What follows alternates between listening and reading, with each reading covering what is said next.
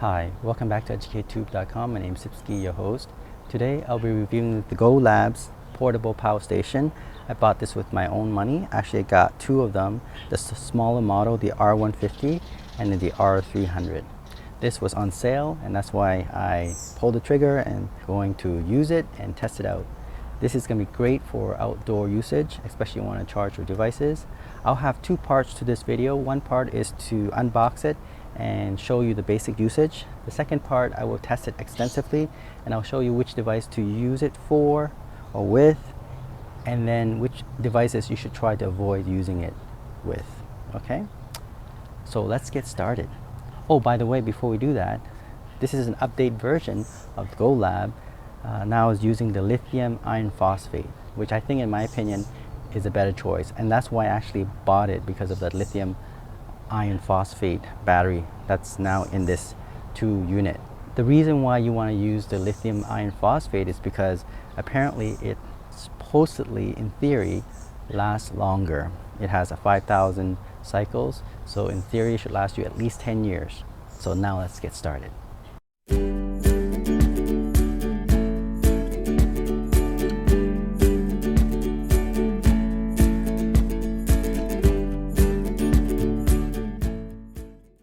Okay, so let's first open the GoLab R150 portable power station. Okay, so before I do that, I want to show you, it actually said lithium iron phosphate. Okay, it's right there, it said that. When you buy it, make sure this is the updated version and it shows lithium iron phosphate. The lithium iron phosphate battery, instead of the regular lithium, this one is actually more expensive. So if you can get the lithium iron phosphate, you will want to do that, because remember, it lasts longer over time. You know, you don't want to keep spending money on these devices. Anyway, here it comes with the, what's this say, a sticker that says surprise, and don't hesitate to call them, you get a free gift. Okay, and then you have this manual. It's in English. Yeah, pretty much straightforward. I'm gonna read it later. And if you look at the boxes, it comes with, what's this, charger or what? Yep, comes with a charger, so the standard outlet AC adapter. Now I heard that this one charged relatively slowly. I think it's a 40 or 50 watt system, so it may take a while to charge. Now you can get the USB charger, but you know, that would be extra and it'd be very expensive, and it will increase the efficiency by another 30%, but I know I'm okay with this. In fact, I want to charge this with a solar panel, so that's what I would like to do instead of buy the USB charger unit. I'd rather hook it up to the solar panel. Yeah. Okay, there's a another car charger. This is maybe for some devices. And this is, I believe, this is for the solar charging plug. Although I don't have this type of connection to my solar panel. I have to look at it. Okay. At least they include that. And oh, there's this car cigarette plug.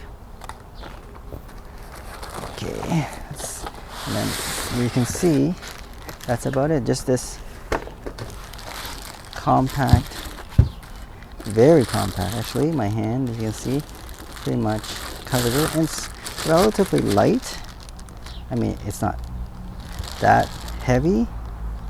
So you can see we have the AC plug here, the PD 60 watt in and out USB-C connection. You have the USB-C 3.0 for charging your devices. You have the 12 volt plug-in. Then you have a input for charging into the AC outlet. So there's the AC connection, so you can charge this device. You can output it out using the 12 volt system. Let's turn it on. Oh, there we go. I think I have to press longer. Let me try that again. All right, so it's my fault. Actually, you're supposed to press and hold for 3 seconds. There we go, and it turns on. Pressing just once for like less than a second will not turn it on. You have to press at least 3 seconds and hold it there. Now it's showing that there's 77% battery left in this battery pack system. Okay, so let's say I want to charge my phone here. Oh, by the way, there's also a light here, very bright, and they're flashing. Ooh, flashing faster. Okay, so it's pretty cool. So it has a light there, and it's actually here, it's saying that it uses 3 watts. That's awesome. It tells you actually how much wattage this LED light is using, and with 3 watt, you have 99 hours still left. By the way, this is a R150, so in the spec manual, it's saying that it has about 207 watt of power, and I've seen some videos showing that it can't actually exceed 207. Okay, somewhere around 190 to 200 watt is what this thing can handle, because there's still that couple percentage left. You don't want to completely drain it, but yeah, so I would say around 190 to 200 watt you can use to consume the power in the system here. Okay, so 3 watt, let's turn that off. Okay, interesting. Now, the important thing about this device is that you should be able to plug in your smartphone and other devices. And so here I have a decent smartphone. This is a G8X Thin Q. I want to be able to charge it on this device because you have about 200 watts of power in here. So instead of using this little battery, which I will still use. In fact, what I'll do is, if this drain, I'm gonna use this to charge this battery and then carry these 2 along in my pocket. However, sometime you use this up, you need a battery to charge your phone. So what do? Well, you plug it into one of these. Okay, so I'm gonna plug it into there, and guess what? It is showing that it's only using about 5 or 6 watt. That's pretty cool. So my phone use about, okay, let's see, it uses about 5 watt. Okay, which is awesome. Now I didn't turn on my Wi-Fi. Let's turn that on. Let's see what happened there. Turning Wi-Fi, bring it up to about, again, around 5, 6, 7. Okay, so 7 watt. So Wi-Fi oops, sorry. It actually went up to almost 10 there. So fluctuate between 5 to 10, so average about 7 or 8 watt. Okay, so when you turn the Wi-Fi on, if you didn't turn it on, then watch, it'll go down to 5 again, 4 or 5. Okay, now the good news is, you see here, they're saying that it has about 37 to 40 hours worth of power for this phone. So a phone like this, with about 3,000 to 3,500 milliamp hour, should be able to charge this phone. Let's say it was 200, you're looking at about 15 times of charging. Okay, so that's awesome. See, when the monitor turns off, it's only using 2 watt. Okay, so when you turn the monitor on, it goes back to around 5 watt again. Okay, cool. Now let's say this is fully charged, and it is, and then I'm gonna now charge this USB-C, which is very important because you want to be able to charge it, and then you can carry this in your pocket with your smartphone. Okay, so let's do that. Plug that in, and guess what? There we go. So it's charging, and let's see. So this thing, now when you buy a battery pack system like this one, make sure it's a USB-C high power one. Like you can see here, it's a USB-C 5 volt 2 amp, 9 volt 2 amp, and 12 volt 1.5 amps. This is the 10,000 milliamp hour battery pack system. Okay, and it's charging quite fast, because you can tell by the if you look at that, it's taking about 19 watt of 20 now of output there. Okay, so interesting. Let me see if I unplug this and put it to the first and see if it gives the same amount of reading here. 19. Okay, so 19 watt. So this is a 10,000 watt hour. You're looking at about 40 watt system, this one here. So this device can probably charge this thing about 4 or 5 times. Okay, and it's saying that 8 hours left. depending on how long this, it's going to take 2 hours to charge this. So 2 times 4 charge is 8 hours. Okay, yeah, that makes sense. Okay, so I like to also plug in my LED light system using a USB connection. So here we have ability to use light, but it's very low voltage. As you can see here, is using, let's unplug this for a minute, is using less than 1 watt. Okay, makes sense. Actually, this thing is less than 1 watt for sure. So you can use this for lighting up at night, and it can last for many days. Just make sure that do not utilize it inefficiently, but utilize it efficiently. And I'll have a video on that in part 2, where I'll show you which device you should use it for and which one you should avoid. Okay, so let me see what happens if I plug in this to charge the battery pack system. Okay, so it's doing that as well. So now it's saying it's 14 watts. So I guess when you plug in 2 systems, the battery pack system is not utilizing the amount of power going into it, so the charging is reduced. You see that's 14 watt. But if I, let's say, unplug that, and it should jump up again. Wow, this thing is charging super fast. That's amazing. Whoa. Yeah, see, 19-20 watt. So when it's on its own, it's concentrating its energy in charging this device. When you start plugging other devices into the USB, it splits that amount of power and actually slows down the charging device here, the charging of the battery. So it went down to 14 watt. So something to note. I didn't know that, and I didn't see any video illustrating that. So if you are utilizing this USB port, one is, let's say, a light, okay, 1 watt or less, and then you're charging your USB-C battery bank system, it does drop down to 14 watt hour.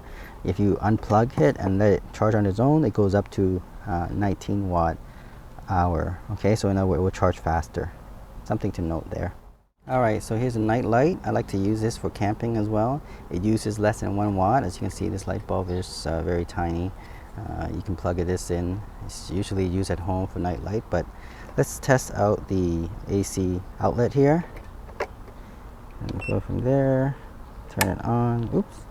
Oh, you need to, one thing is there is a switch to AC, so you got to press that. There we go. So you got to press and hold just like last time, at least 2 seconds there, and you can see it's turned on. And in fact, the amount of wattage used is so low, you can see that it's less than 1. There's actually saying 0 watt, but I'm sure there's watt hour used by this little LED night light, but it's just not showing up. Okay, so interesting.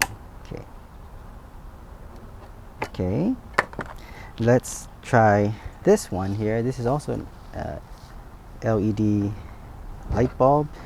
According to this is a 11 watt each, so you're talking about 22 watt of power. So I like to use LED light because they're very efficient. So we have 2 of these, 11 watt, and this is super bright, so great for camping here if you want a lot of lights and using very low power. So there we go, you can see it's saying now is using, oh, that's interesting, 8 watt. Okay, maybe we'll wait a little bit longer, but 8 watt and can use for 12 hours. From what it's saying here, is 12 watt and 8 hours. The maximum capacity for AC is actually 96 watt. So AC, you can't use it for too long. The maximum amount of watt hour given out is only 96 watt, or about 100 using AC. But I think the USB, the direct connection, the voltage, DC, I think will give you more. But AC, because of the conversion and the inefficiency, you can see that it's giving you about 100 watt hour there. So 12 hours, 8 watt in this system. So this thing you can light up all night for at least 12 hours here. Okay. Alright, let's open the second one, the R300. This one is actually a 300 watt hour, whereas the other one is about 200 or 207 watt. Not as powerful, but it's lighter, where this one is bigger and heavier, but it has more power. Another feature that this thing has that the other one doesn't have. It has a pure sine wave AC. What that means is that you can power your electric tools. Now, of course, there's a limit. I believe the limit is 300 watt. So any tools that's 300 watt should be okay. Now, electric tool that's 300 watt, it's not that powerful anyway, so we'll see how that goes. Anyway, let's open this up. Okay. I think it's exactly the same thing. Comes with the surprise card, manual, and again, just a reminder, this GoLab R300, the current model 2021, has an updated lithium iron phosphate. That is why I bought it in the first place. Okay, so let's see. So this one, let's see what's in here. I think it's the same as the R150. You have the, accessory connection, just exactly like the other one. You have the cigarette lighter connection. You have the M4C solar panel connection. Then you have this one you can charge with your car batteries, which I don't recommend. You're gonna drain your car battery unless you turn it on while you're driving. Okay, so this AC adapter is slightly bigger than the other one, the R150. This one, the R300, has a capacity for charging of 45 to 48 watt hour, so 15 watt more than the other one. So I can actually use this one to charge the R150 as well to increase the charging time. However, 45 to 48 watt, it's still slow, but it's good enough. You know, you plug it at night and within 3 hours for the R150 or within 5 hours for the R300, and you get a fully charged battery system. You know, the solar panel, a little bit better. It can do 53, 50, maybe even 60 watt hour. So I'm going to try that with my R300 with the solar panel. We'll do that in the second part of the video because it's getting too long. Okay, so let's see how big this thing is. Okay, as you can see, it's pretty big compared to the other one. It's heavier. Let me grab the other one and show you. Alright, so here's the other one. You can see, smaller, lighter, but it's only around 200 watt output. Maximum using AC is 160 watt, whereas this one is 300 watt maximum, and it's pure sine wave AC. So that means it can use electrical tools up to 300 watt, whereas this one I don't think it can. However, this is meant for charging low current or power devices, whereas this one you have a tool that can use 20 watt, like especially like motors and all that. I think this is achievable. Now notice here we have two AC plug, where this one only have one. You have now this extra USB-C 30 watt, and then you have the 60 watt. So you can charge basically a laptop that's 30 watt or a smartphone that's fast charging.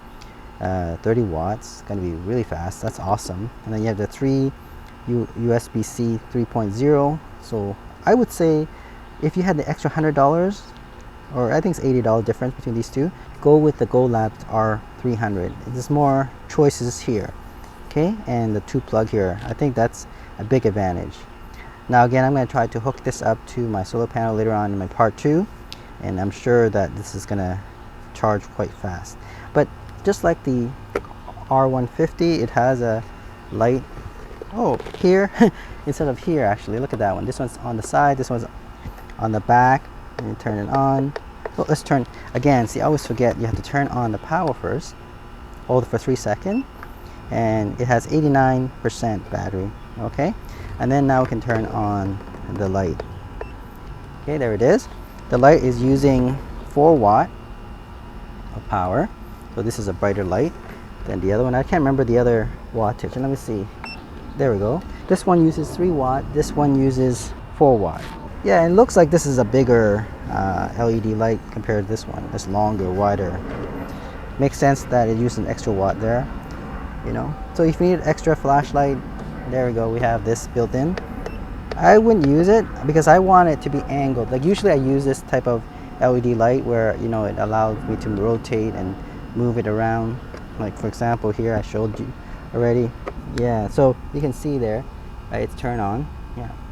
Okay, so you can use that. And let's turn this off. Yeah, this only used 1 watt, by the way. That's one thing I like about it. Not as bright, but you know, at night this is going to be a good night light for reading and all that. And look at that, it's flexible, right? You can move it anywhere you want. So I would say for practical purposes, if only using 1 watt, get something like this one, you know, for night light. Definitely, it's very tiny, very efficient, and you get the light that you need. Another one I'm going to test. Okay, I'm going to test on this one as well. Okay, so let's see. You plug it in. There we go. I think you have to press the USB. This one actually, that's the difference between this small unit and this big unit. You actually have to press the USB there, and it will turn on, right? And let's see. Here we have a night light. Let's turn that on. Now you can have the USB and AC at the same time. Let me see if that's possible. Yep, you can turn it both at the same time, and there we go. So you can have this at the same time, the night light and this light. So in terms of light wise, it doesn't use that much wattage. 3 watt hour for these two here, night light and this flexible LED light. Okay, so that's great. What else? This is a 300 watt. I'm gonna try, you know, how much I can stretch this battery here using my hair blow dryer, just like I test with this. This one wasn't able to handle it when I turn on the heat. Let's see if this one does.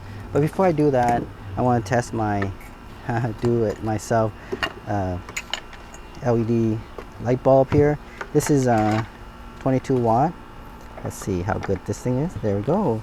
Very bright. Now this one actually has the right reading. This one was showing 18 watt. Seems like this one you use that watt hour, but this one is actually 22 watt, which is correct, or 24 now.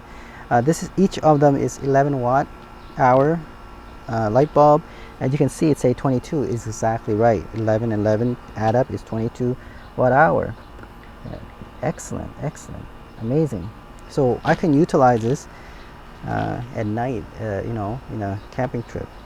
A lot of lights lasting me at least 6 hours here. Now this is not fully charged, only 64% left here, but you can see if I charge it up, it could be 10 hours of this type of light, very bright. This is equivalent to, I think, 60 watt light bulb. Same thing with that. So you're looking at 2 60 watt light bulb equivalent, the halogen type, right? But this is only using 11 watt power. Amazing, cool. All right, so next time I'll show you what's the application for these two type of lithium iron phosphate battery power station, what you're going to use it for. I'll give you a bit of clue. Basically, you don't want to use anything that drains the battery quickly, especially like say anything that's a heater or like that. You want to focus on very high efficient devices, and I'll show you that next time, what is practical and how to hook up to the solar panels and all that as well. And I was able to do that, to connect it directly to the solar panel, and that's amazing. That's what I want it for, and it actually works. Imagine this thing lasts for over 10 years and connected to the solar panel directly.